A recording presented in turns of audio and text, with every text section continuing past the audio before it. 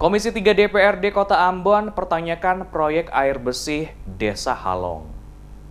Ketua Komisi 3 DPRD Kota Ambon, Kristianto Laturiu, menduga ada ketidakberesan dalam pengerjaan proyek air bersih di Desa Halong Batu-Batu, Dusun Mamoke yang dikerjakan oleh PT Azril Perkasa sejak Januari 2016 dan menghabiskan anggaran 2,7 miliar rupiah dari dana APBN. Menurutnya, berdasarkan peninjauan langsung ke lapangan dan berbagai laporan masyarakat yang diterima oleh Komisi 3, proyek air bersih telah selesai dikerjakan, namun hingga saat ini tidak dapat digunakan untuk kepentingan masyarakat sekitar. Persoalan ini menjadi pertanyaan komisi dalam pengawasannya di lapangan. Dikatakan Laturiu, seharusnya pelaksanaan proyek yang menghabiskan anggaran miliaran rupiah tersebut dapat memberikan manfaat terutama bagi masyarakat di sekitar lokasi proyek. Namun kenyataan di lapangan tidak seperti yang diharapkan. Di sisi lain, pihak yang mengerjakan proyek tersebut mengatakan seluruh pekerjaan telah selesai dikerjakan. Karena itu Komisi 3 akan memanggil pihak-pihak yang terlibat langsung dalam proyek tersebut untuk membicarakan dan mencari solusinya.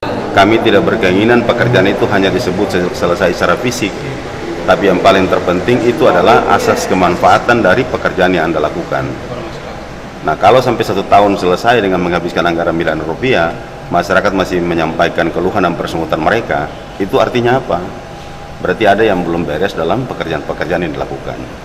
Kita berharap bahwa semua orang-orang yang berkaitan dengan pekerjaan ini ketika sudah berada di wilayah Kota Ambon, sudah berada di tempatnya karena tugas dan tanggung jawab mereka, segera dihubungi pendamping komisi untuk kita menyurat dan kita lakukan pertemuan bersama termasuk dengan pemerintah negeri Halong yang saya sampaikan tadi.